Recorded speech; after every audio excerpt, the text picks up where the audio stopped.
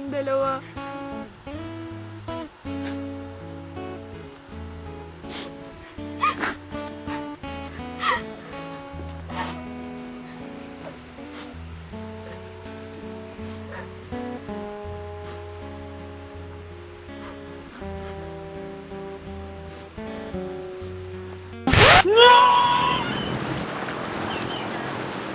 Hay nako, hindi naman pala si David. Si Dabo pala. Yung iniyakan namin sa ospital nun. Nasayang na lang ang luha namin. Well, masaya pa rin naman kami.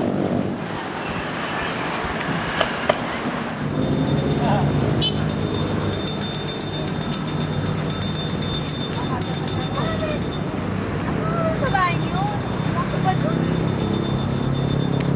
Sili ba yun? Saan? Sili! Uy!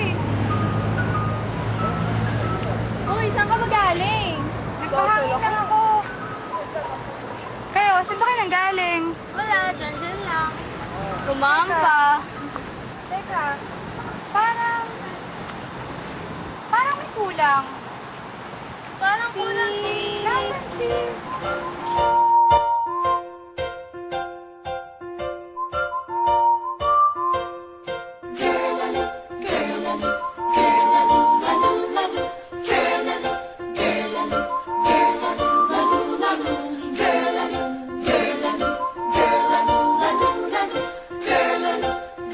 Teka, babae ka ba? Babae po ako, mali ka dyan sa inaakala mo. Babae po ako, hindi ako clown, lalong dilikha ng iyong ilusyon. Babae po ako, pag nakakagili, tingin mo lang ako'y otak, porque babang purpose mo lang ang Etong si Betsy, pinigilan ng pagiging desperada sa mga bisyo niya. Nagmahal na daw kasi ang Yossi, can't afford na daw siya. Eto namang si Isabel, pinigilan na ang pagiging desperada sa pagsusunog ng kilay araw-araw. Ngayon, happy-go-lucky na siya.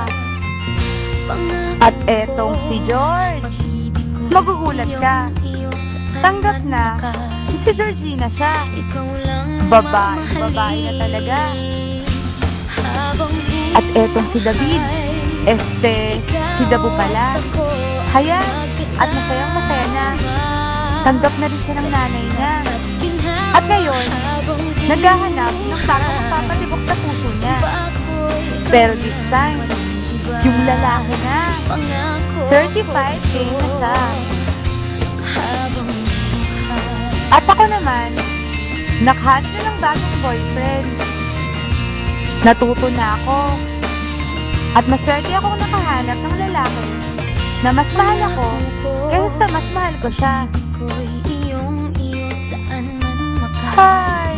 Ang sarap ma-in love.